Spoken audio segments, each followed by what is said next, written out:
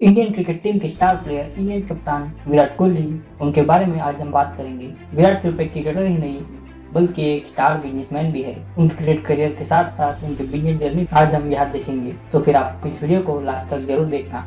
दोस्तों, विराट के कौन से ब्रांड से कौन से बिजनेस है इसके बारे में तो हम बात जरूर करेंगे। उससे पहले आज मैं आपको जो बातें बता रहा हूँ वो आपको सरप्राइज कर देगी। इंडियन क्रिकेट टीम के विराट इकलौते ऐसे प्लेयर है जिनके इंस्टाग्राम पर 65 मिलियन प्लस फॉलोअर्स है और अपने इंस्टाग्राम पर एक पोस्ट करने के वो 1 करोड़ 35 लाख रुपए चार्ज करते हैं। ऐसी ही कुछ चीज़ों की वजह से विराट हाईएस्ट पेड सेलिब्रिटी की लिस्ट में आते हैं।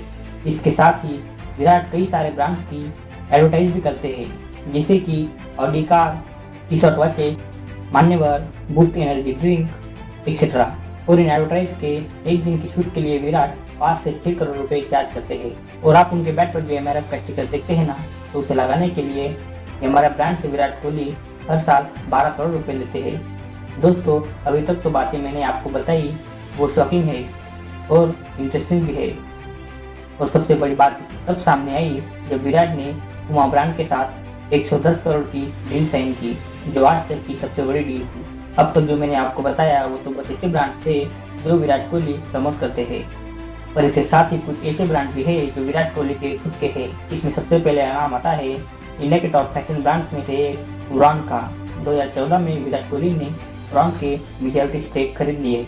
सचिन तेंदुलकर के साथ विराट उड़ान ब्रांड के ओनर भी है, और 2014 में ही विराट ने लंदन बेस्ड स्टार्टअप के साथ मिलकर कॉन्वो नाम के ऐप को भी लॉन्च किया। दोस्तों, आपने विराट की फिटनेस से रिलेटेड कई बातें सुनी होगी कि विराट नॉनवेज नहीं खाते, मीठा नहीं खाते, और ये सब सच है। इंडियन क्रिकेट हिस्ट्री में विराट जितनी फिटनेस किसी की भी नहीं है, और इसी फिटनेस के चलते विराट ने इसल जिम और फिटनेस सेंटर को एक्सपांड करने के लिए 90 करोड़ रुपए का इन्वेस्टमेंट किया है। विराट को बचपन से ही क्रिकेट के साथ ही फुटबॉल का बहुत शौक था। एक इंटरव्यू में विराट ने कहा था, अगर मैं क्रिकेटर नहीं होता तो फुटबॉलर या बिजनेसमैन जरूर होता।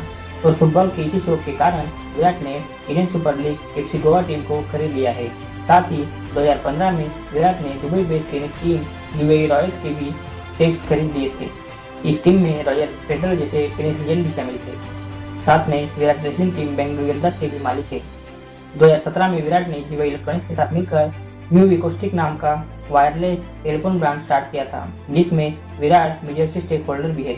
दोस्तों, विराट कोहली की ब्रांड वैल्यू $237.5 मिलियन की है, यानी कि इंडियन रुपीज में बात करें तो 2100 करोड़ रुपए।